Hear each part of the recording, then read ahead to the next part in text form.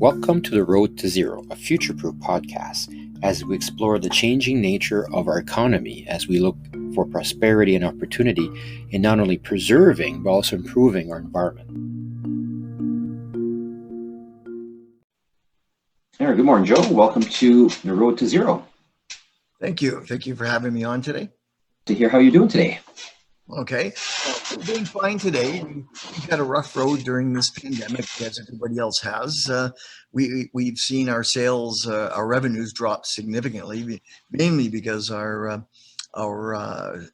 sales funnel was really in the United States. We had been working with the Commonwealth of Pennsylvania, Fairbanks Morse, an original equipment manufacturer for the U.S. Navy. And we had units all packed, ready to ship. Pandemic hit, everything is shut down. So it gave us time to step back and fine tune some things, including our technology. And we're raring to go for 2021. Well, that's good to hear. Yeah, imagine that's not an uncommon story these days. No, not at all. It really strangled us financially. But we were able to get through. We've got a great shareholder base, and we went back to our shareholders, and several of them came to the forefront to keep the project moving forward, even in difficult times. Well, that's good to hear. And I'd like to hear a bit more about how you got started in this role. Like, how long have you been involved in the technology, the hydrogen field? About 68 wrinkles. No, okay, so 26 years ago, I got involved with Hydrogen on Demand. My brother contacted me, and he had somebody in Tempe, Arizona that was doing something for people that were dying in the mines. And he had a little cylinder. His name was Gene Stowe. He passed away 6 months after I met him, had nothing to do with meeting me. And he was trying to reduce particulate matter because all his friends were spewing out blood. And I really got hooked on this, and we invested a fairly large chunk of money, my brother and I, and we started on a path to design, develop, and crystallize a better system than what Gene had, with the express purpose of reducing greenhouse gases, the particulate matter, nitrogen oxides, and increase the health of individuals through having a technology that pays for itself. And does such wonderful things where didn't realize it back in 1994, but now I do really realize it, is that we were ahead of our time, I believe, and the world's catching up with us. And it's a transitional technology that has so many benefits to improve the quality of life for people by reducing the emissions of internal combustion engines. Doesn't matter the fuel source, will reduce those emissions. And it's supported by scientific studies done by credible engineering companies like Wardrop Engineering, who did the arm in the space station, and University of Winnipeg's Science, Chemistry and Physics Department, and Queen's University combustion engineers. Yeah, and that's an interesting part I wanted to look into. What are the benefits you've seen? Like, I hear there's just a small portion of hydrogen, but what does that produce, for example, from what it was before to afterwards? Because it sounds like you have a lot of information from your customers. Very good question. So you've heard the term unburned hydrocarbon. That's the black smoke you'll see coming out of a bus or a garbage truck. Yeah. So that's incomplete combustion. Because hydrogen burns 14 times faster than diesel fuel, as an example, it's the speed of the burn that excites the unburned portions and burns them in the combustion process. So we make more productive use of the existing fuel. So if we burn the waste, we're going to go further, because we're going to have less. You won't have the black smoke anymore. You'll have a cleaner burning engine, and you'll have a reduction in the significant gases that hurt us, like particulate matter, like nitrogen oxides, NOx. And so what the benefit of that is, that produces cleaner air. There's actually cleaner air coming out of the tailpipe than what's going in. And so if that happens, we're going to reduce health costs. In 3DAX Corporation out of Buffalo, very reputable, one of the world's leading emission testing people with a technology called Parsync. They measure what's going on with the exhaust second by second. And Parsync did our our third-party testing, 3DAX did, over the years. And they've just done a white paper where they showed 55 million people die prematurely every year due to smog in high hotspots of pollution. Now, why is that familiar? Well, that's COVID. COVID's in high spots of pollution and respiratory illness. In Toronto, 5,800 people died prematurely. What our technology can do is significantly reduce or eliminate all those deaths because we reduce particulate matter by 86%. Now you have particulate matter, nitrogen oxide, and humidity. That's what smog is. So it won't matter if you have the humidity. So we'll be able to reduce these cases of respiratory illnesses in all the hotspots of pollution. So what does that mean? We'll reduce COVID-19. We'll reduce the mortality rates. So and we called it a post-pandemic technology for that reason, because of the white paper that 3DAX did. So that's a huge benefit, huge benefit. Well, it is, and it's 86%. That's not an insignificant number coming out at the end. So that's quite an achievement. Well, you know, Nick, I one day I was doing a demonstration, and like we have 5 gas analyzers and what have you, and I got on my hands and knees and I was sucking the air to the tailpipe of a car. and a police officer, he coming in with his lights on. He says, "What are you doing?" And I said, "It's okay. We tested this. It's cleaner air coming out than what's going in." And he ended up becoming an investor. That's a pretty good story. Yeah. And just so we get that clear, so 86% reductions in the particulate, what does it do for the CO2? What like physical properties come out as having the hydrogen in there? Does it change that? So greenhouse gases is the big one that the world's looking for. So the reduction in fuel is directly proportionate to CO2 greenhouse gases. They're the same. So depending on the application, anywhere from 15 to 35%. We, on stationary generators, like we have in Pakistan on the Aga Khan in the hospitals, we're showing 33% reduction in fuel, which is a 33% reduction in GHGs, CO2.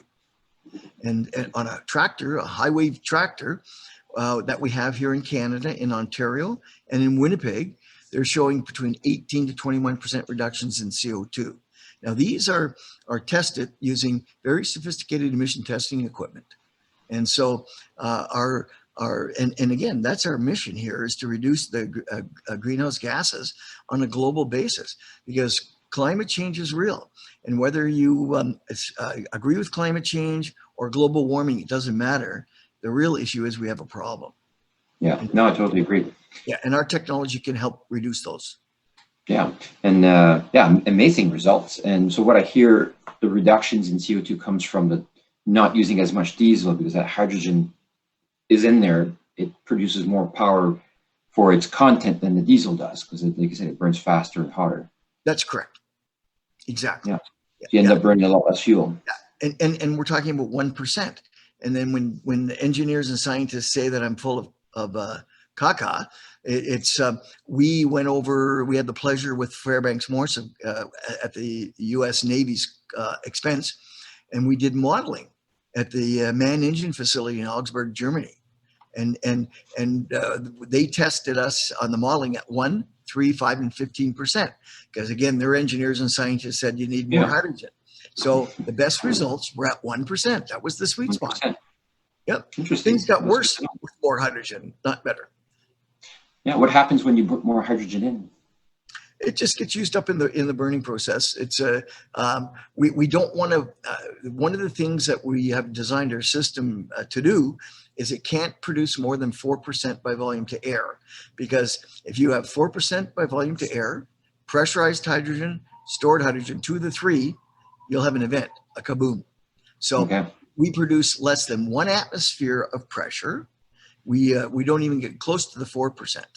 And so we control the amount of hydrogen that we make through our control system within the design parameters of our unit. Okay, got it. So it's really no safety concern there. It's not enough hydrogen to cause any issues. So simple system. Safer than propane, safer than gasoline. Yeah. All right. Tell me more about this device. So it's like so I saw the pictures on the web. So it's like this cube with a couple pieces to it. How big is it, would you say? It's a 14-inch cube for transportation, as an example, for the heavy goods vehicles. It comes with three modules. The 14-inch cube, a 2 US liter water reservoir that feeds the cube when it needs water, and then an electrical box with a series of relays and what have you. We've incorporated the electrical box into the new design that we'll be launching this year, so that to make it smaller, and that's for transportation. For the U.S. Navy, so our engineers, with the U.S. Navy's engineers and Fairbanks Morse engineers, we came up with a design. And then what always happens, like when we installation or engineering services now are extra with whatever we do, because we did all this work and paid all this money. Then we did a ship check, which is going onto the ship, and then the engine room is nothing like the spec said of the engine. The engine itself it's 3 stories high. So we designed a system for 3 stories high. So it's a pod system where it has a series of cells in it. And so now we're very scalable. We have them in some employees' vehicles. We have them on trucks. We're on a Danish ferry. So we're in the marine on a ferry, and over in Denmark. And we got several pod systems on stationary generators in Pakistan, in Karachi.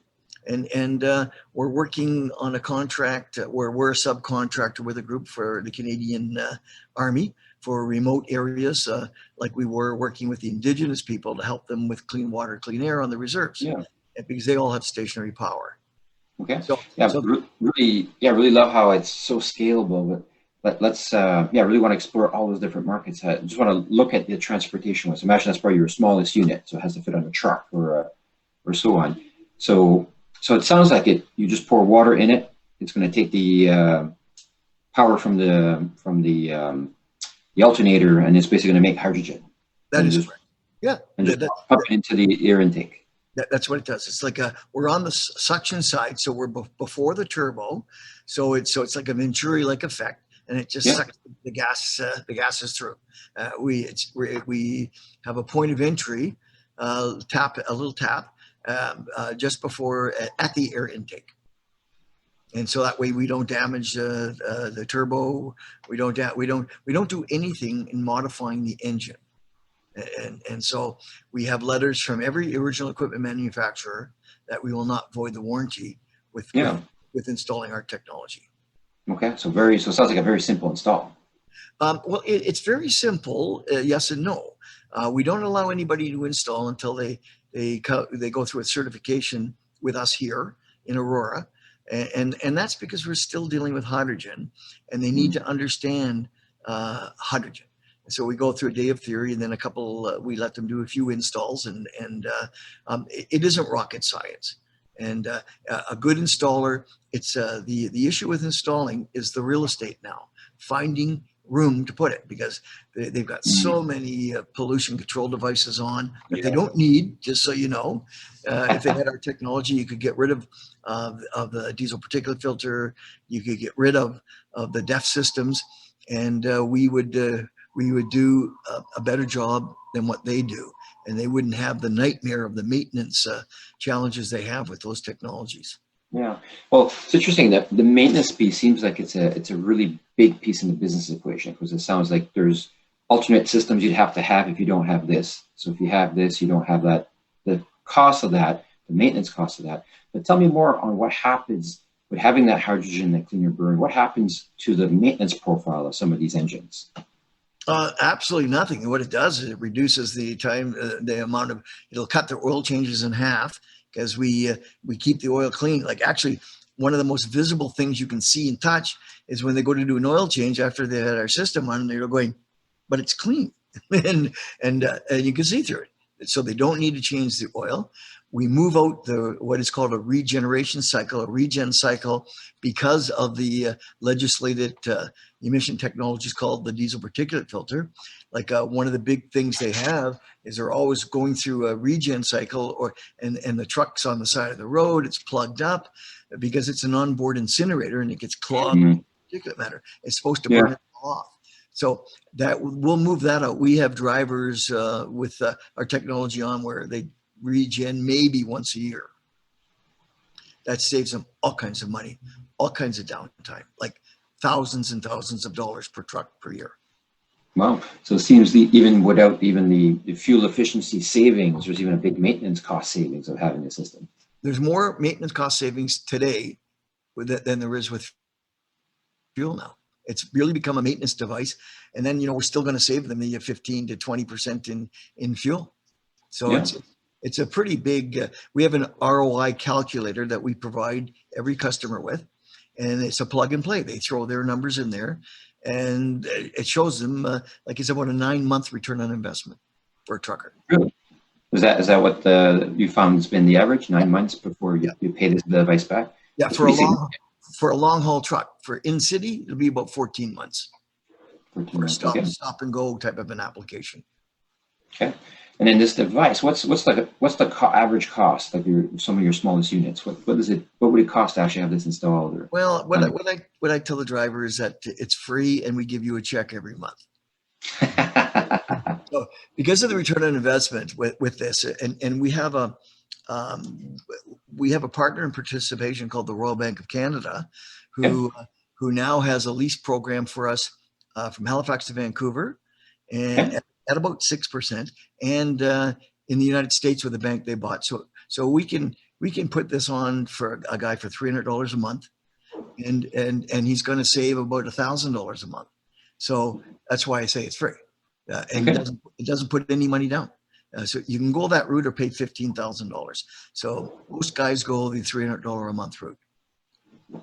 Well, it's it's a pretty good system. You got the financing, so pretty easy for someone to really jump into this technology. It really is. It really is now. It never used to be like we used to have to deal with the lease companies that charge like 28%, and truck drivers could never get funded. They had all kinds of problems, but Royal Bank's been a great partner in participation, and has made it because they have a big program with respect to the environment and greenhouse gas reductions, what have you. So we became part of their environmental plan. It sounds like you've got quite a network of partnerships here to really make this available. And when it comes to install or dealership network, where's your area? Is anybody in the country able to fairly easily jump into this, or are you really only servicing certain parts of the country? No, it's very easy. Like what we do is we live by the trainer. So we'll bring people out here, train them, go out and do a few installs with them, and then they can train other people within their organization or their geographical area. So we've got a team of installers in Ontario. We've got certified installers in Winnipeg and the outlying areas in Winnipeg. We've certified people in Calgary and Edmonton. We did have in Vancouver, but that person is no longer there. So Vancouver is an area that we want to get back into. But we're pretty much covered across Canada.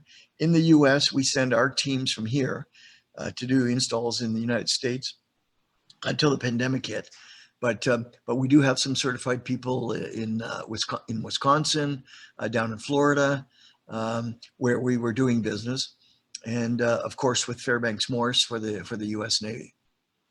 Okay, I'm sort of really interested in the marine aspect. As a boat owner myself, I've got a sailboat. Of course, you got to have a diesel engine because the wind doesn't always blow in the coastal sailing, and that's something you notice really in the marine is the particulate and how heavy it is. So tell me more about the marine application. That's I believe what you're really involved with the Navy.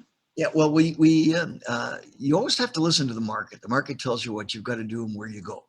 So we were starting to get all these hits with about marine. Actually, it started with the boys in their toys market, and because they go through an awful lot of fuel. These guys have got $1 million, $2 million yacht, and the stink. Yeah. We'll eliminate that smell, which is a big thing for them, and they go through so much fuel. And like the U.S. Navy, it was because we were sitting next to a guy on a plane who happened to have been a senior VP with Fairbanks and was fascinated by the story. And we started like the Navy was looking for new things, and they have the exclusive contract to build the engines for the U.S. Navy. So we said, instead of having to go through a hydrogen engine, because the Navy has a 20-year hydrogen plan, we were able to be a transitional technology to them to help meet their goals of reducing CO2 was a big one. And the fuel, like they were spending so many dollars per inch. That's you know, big fuel bill. Yeah. So but what ended up happening, while we started talking with him back in 2015, we also were approached by our licensee in Europe.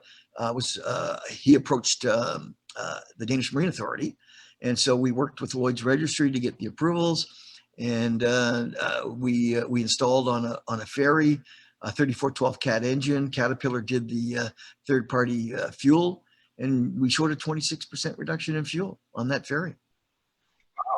That's pretty significant. Yeah, it was a 3412 Cat engine, and that's when we really started learning how we could do the pods.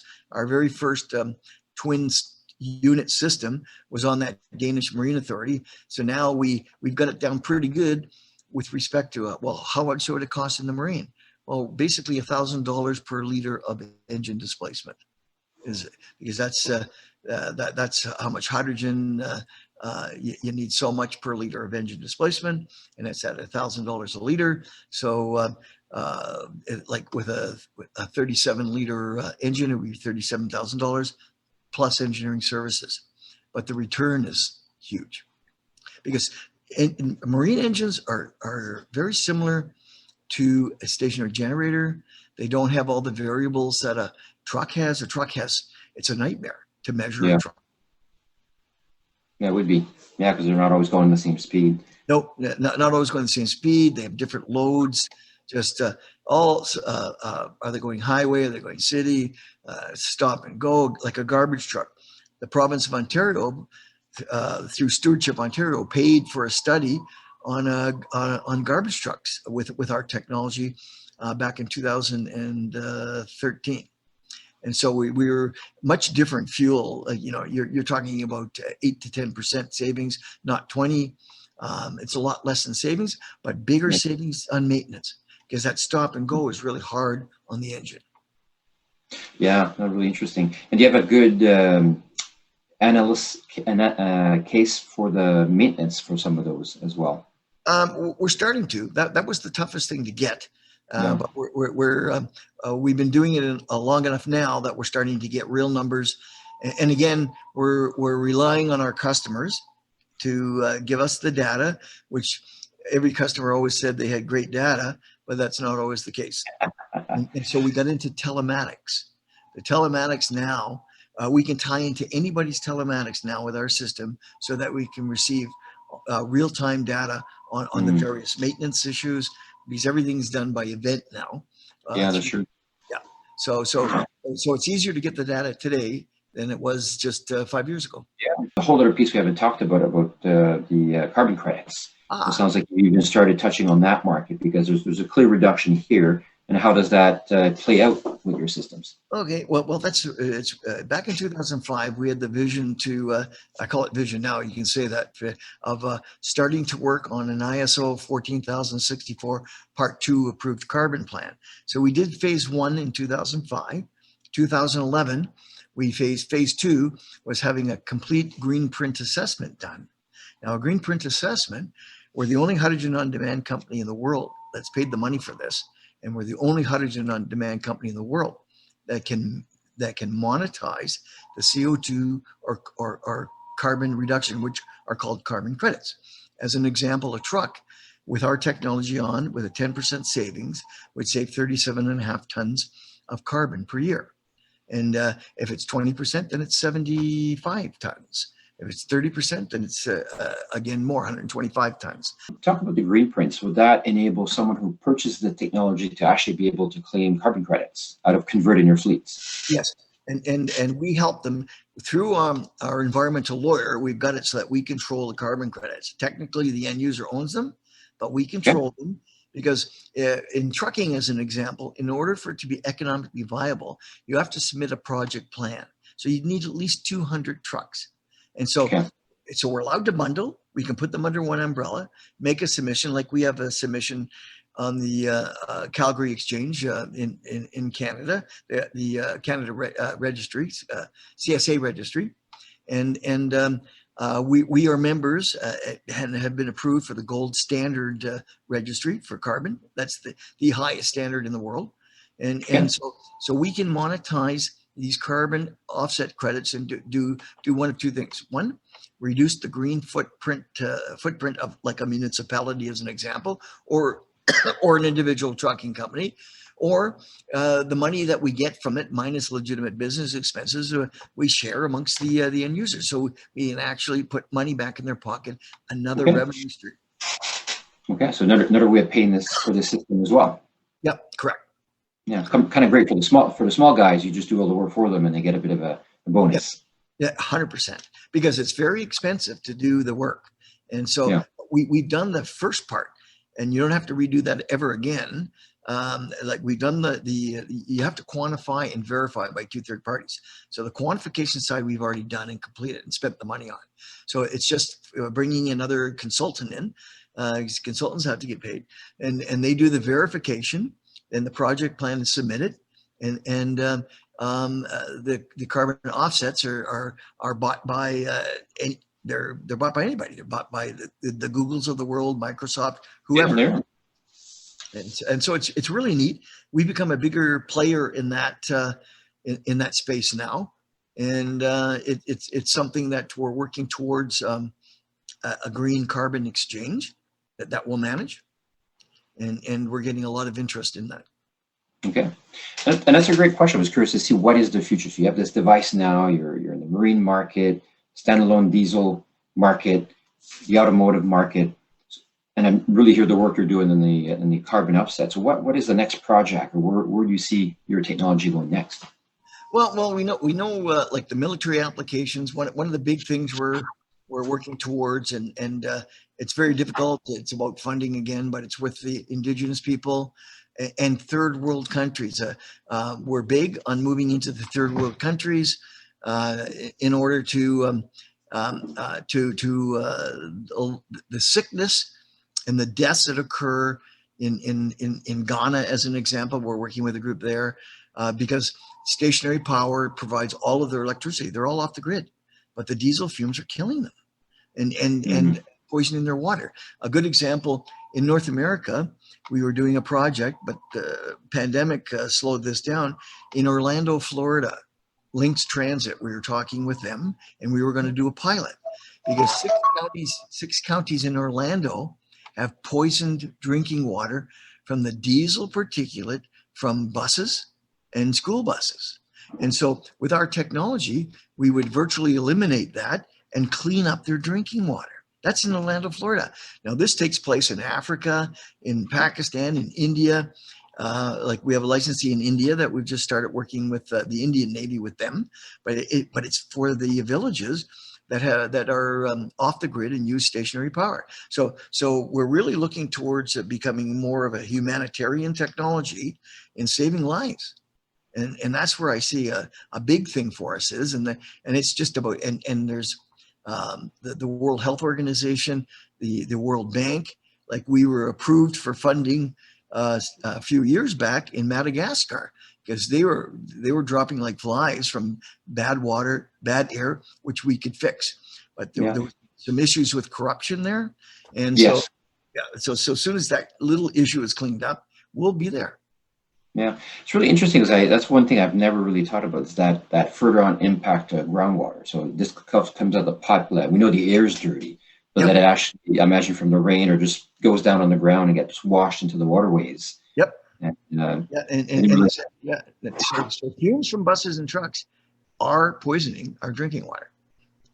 Yeah, that's a really good point. And I guess we're lucky in Canada, we've got so much space, we don't notice it. But I imagine in some of those countries, it's more compact, and it's definitely, especially like you said, the before and after pictures of COVID where the trucks aren't running and you can see the difference it does in the air quality. It's quite 100%. And so my point there about being a post-pandemic technology, trucks can be running and have that air quality clean with technologies like ours.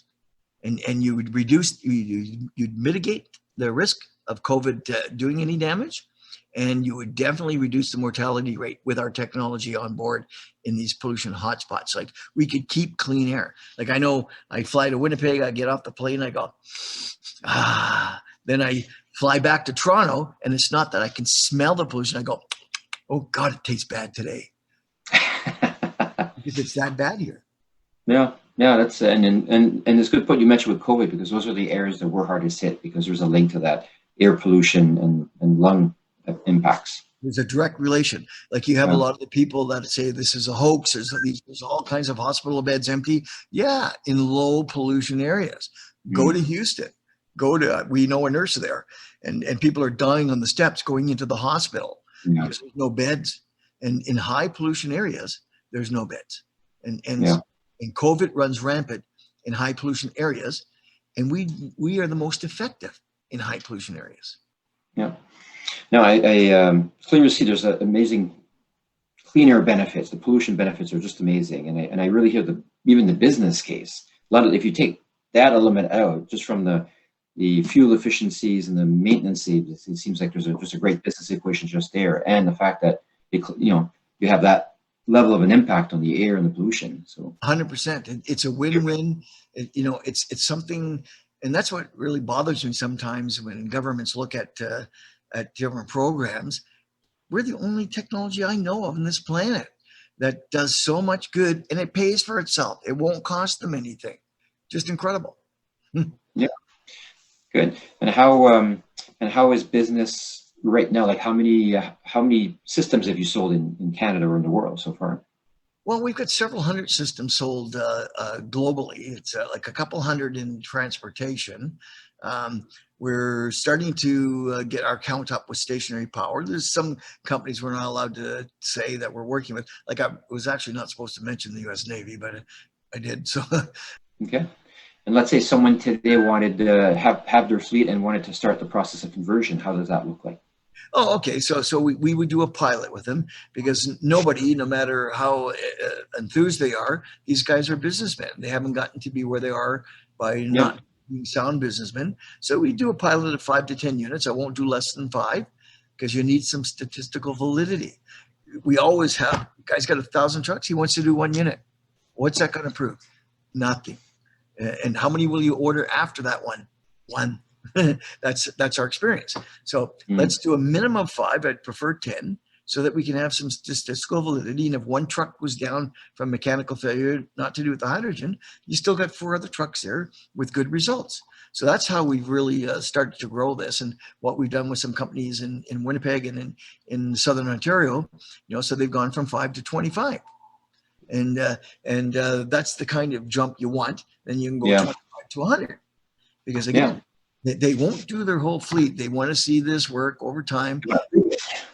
Exactly. And we have to prove it each and every time. Yeah. And out of all the pilots you've done, how many have moved forward with the technology? Almost everyone. Well, it really showcases that the results are there. Yes, exactly. And again, like, to get a decent amount, it takes several years with a company. It'll take you a year minimally to go from 5 to 10.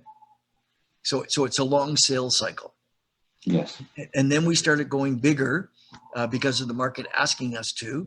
So there's more revenue that way as well. They have a bigger problem with emissions, and we still are entrenched in transportation through our dealer network, but it's the more work we're doing now are in bigger applications for locomotives, for ship lines, and they take a lot longer. Like with the U.S. Navy as an example, like we spent 1.5 years just doing the original proposal to them that they paid for, that we had to demonstrate on paper we could make this scalable to a 3-story high engine, and we did.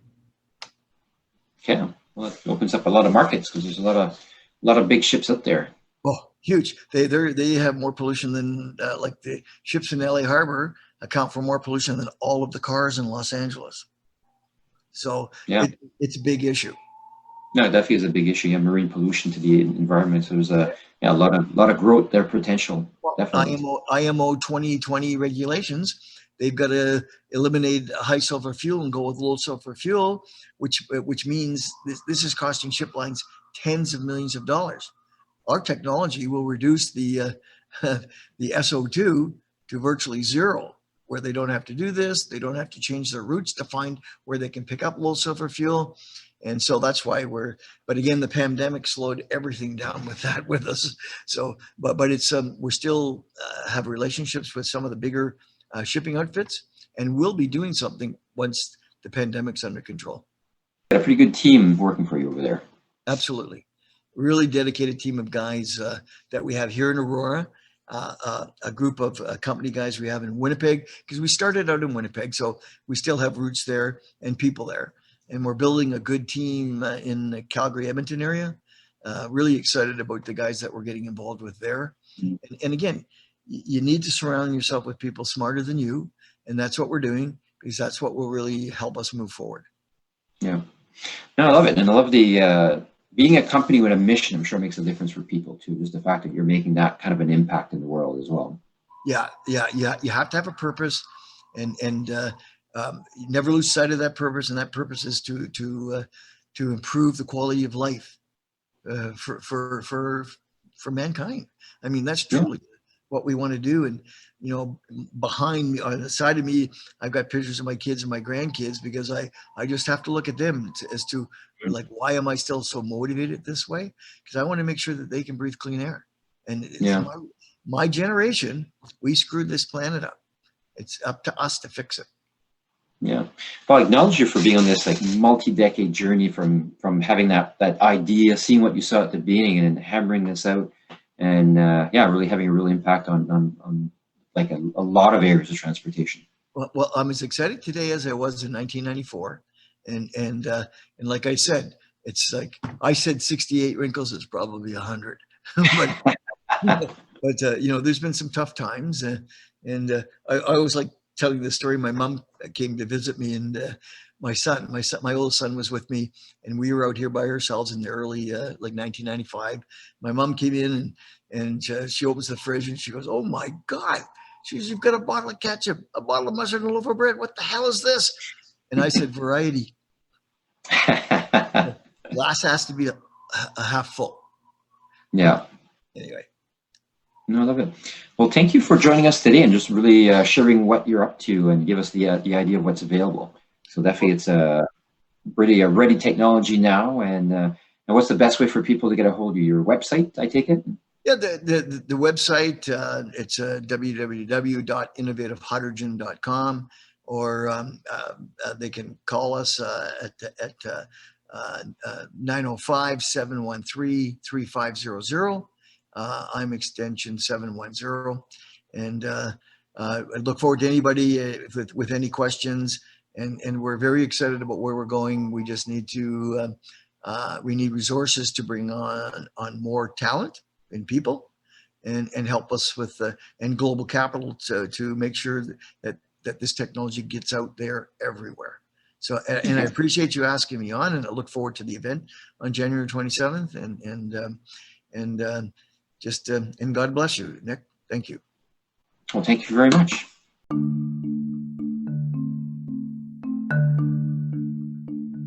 To hear more about our podcasts, showcase events, or the Futureproof Network, please visit us at www.futureproof-network.com.